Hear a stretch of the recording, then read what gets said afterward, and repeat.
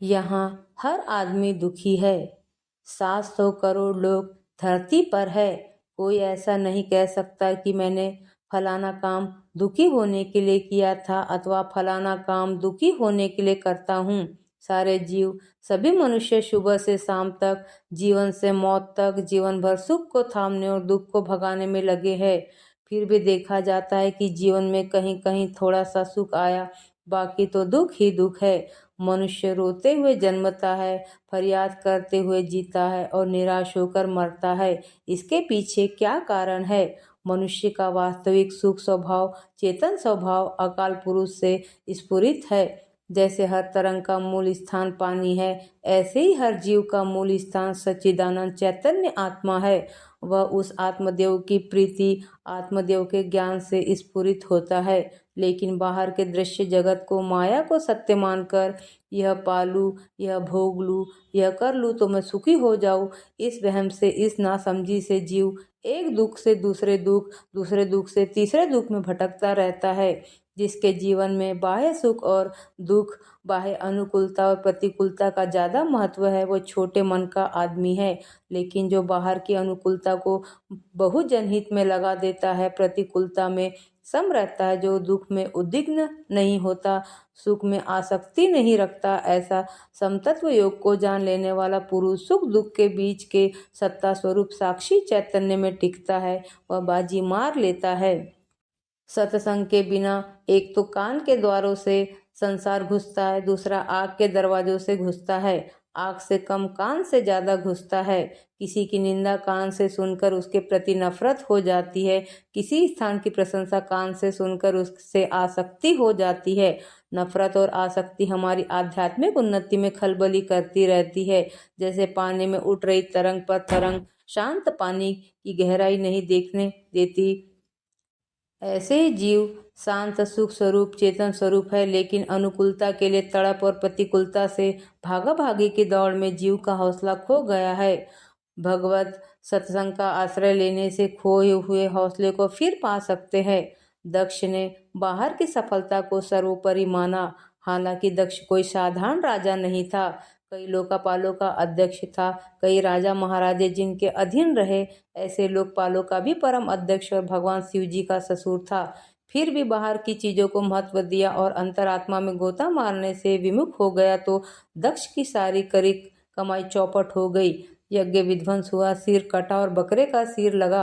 अभी भी शिवालय में लोग बै बै करके याद दिलाते हैं कि ईश्वर की प्रीति के बिना, ईश्वर की शांति के बिना तुम बाहर कितनी भी मैं करोगे, आखिर थक के संसार से रवाना हो जाओगे। हमारे लिए माँ के शरीर में दूध बनाने की सत्ता उसी की है। माँ की जेर से नाभि जोड़ने की सत्ता, करुणा उसी की है। उस परमात्मा के चिंतन से हमारी बुद्धि में परमात्मा रस, परमात्मा ज्ञान, परमात्मा समता आ जाए तो हम संसार में आसानी से सफल हो सकते हैं। राजा उत्तानपाद की 2 पत्नियां थी, सुरुचि और सुनीति। ध्रुव की माँ थी सुनीति, जो सामने दिखे मन उसके लिए लग जाए और आगे पीछे का विचार किए बिना उसके पीछे लग जाए, वह है सुरुचि। आज के ज़माने में सुरुचि की दौड़ में लोग बड़े परेशान हो रहे हैं। अनिद्रा का रोग, आत्महत्या की मुसीबत, प्रेमी प्रेमिकाओं को एड्स, यह सब सुरुचि का ही परिवार है।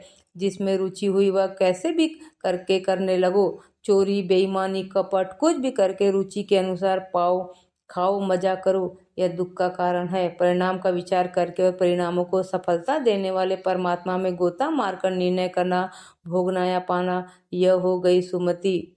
सुमति की धनी सुनीति का बेटा ध्रुव था और सुरुचि का बेटा उत्तम था। सुरुचि के जीवन में कलह, अशांति रही और उसके पुत्र के जीवन में भी देख लो। वह यक्षों से मारा गया, राजपाट चला गया। सुनीति के बेटे ध्रुव को भगवान के प्यारे संत नारद जी का सत्संग मिला, भगवान नाम की दीक्षा मिली। सुनीति के पुत्र की मति सुमति हुई, राज्य भी अच्छी तरीके से संभाला और ब्रह्म ज्ञान भी पाया। जहाँ सुरुचि वहाँ आदमी एक दुख से निकलता है तो दूसरे दुख में गिर पड़ता है, लेकिन जहाँ सुमति वहाँ दुख आता है तो भी उसकी शक्ति बढ़ाता है। सुमति वाला दुख का भोगी न बनकर दुखहारी में अपनी गति प्रीति बढ़ाता है। उसका दुख भी तपस्या और समता का सुख साधन बन जाता है। सुमति वाले के पास दुख भी साधन बन जाता है और सुख भी साधन बन जाता है।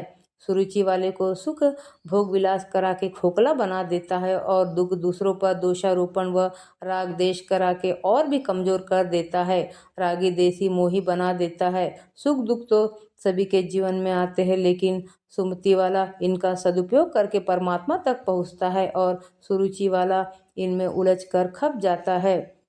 दुनिया में जितने भी लोग हैं वह सुखी और प्रसन्न हो सकते हैं अगर वह 5 बातों का ध्यान रखे, क्योंकि जब भी किसी को दुख और कष्ट का सामना करना पड़ता है तब उसकी वजह सिर्फ यही 5 चीज़ें होती है।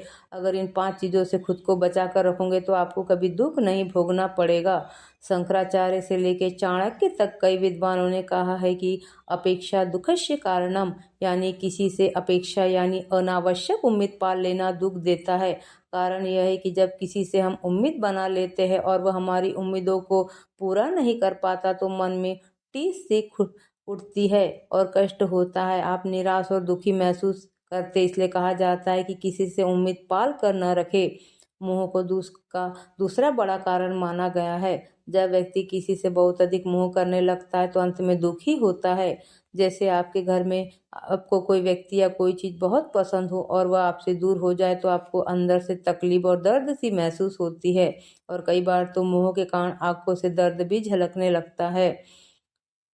लोभ को भी दुख का कारण माना गया है। जब आपके मन में किसी चीज के प्रति लोभ पनपता है तो वह आपको अंततः दुखी ही कर जाता है। कारण यह है कि लोभ में मनुष्य अच्छे बुरे की समझ खो देते और बाद में इसकी वजह से दुखी होते हैं। सुख भी दुख का कारण होता है। जब व्यक्ति सुख में डूबने लगता है तो उसका शरीर अंदर से कमजोर होने लगता है और कई तरह के रोग आकार कष्ट देते हैं। सुख डूबे व्यक्ति को हमेशा दुख का भय बना रहता है, जो उसे ऊपरी तौर पर तो सुखी रखता है लेकिन अंदर से दुखी रखता है। इसलिए सुख कभी डूबना नहीं चाहिए। पाप दुखस्य कारणम, यानी पाप कर्म दुख के कारण है। वेद व्यास जी ने संक्षेप में बताया कि दूसरों को कष्ट पहुंचाना ही सबसे बड़ा पाप है, यानी जब आप किसी के मन को किसी तरीके से कष्ट पहुंचाते हैं तो यह पाप होता है जो आपको दुख देता है। इसलिए कोई भी ऐसा काम न करे जिससे किसी के मन को चोट पहुंचे। यदि आप भी अपने जीवन से दुखों को हटाना चाहते हैं तो हमारी बातों को अमल में लाएं, और वीडियो अच्छी लगी तो चैनल को लाइक और सब्सक्राइब करना न भूलें।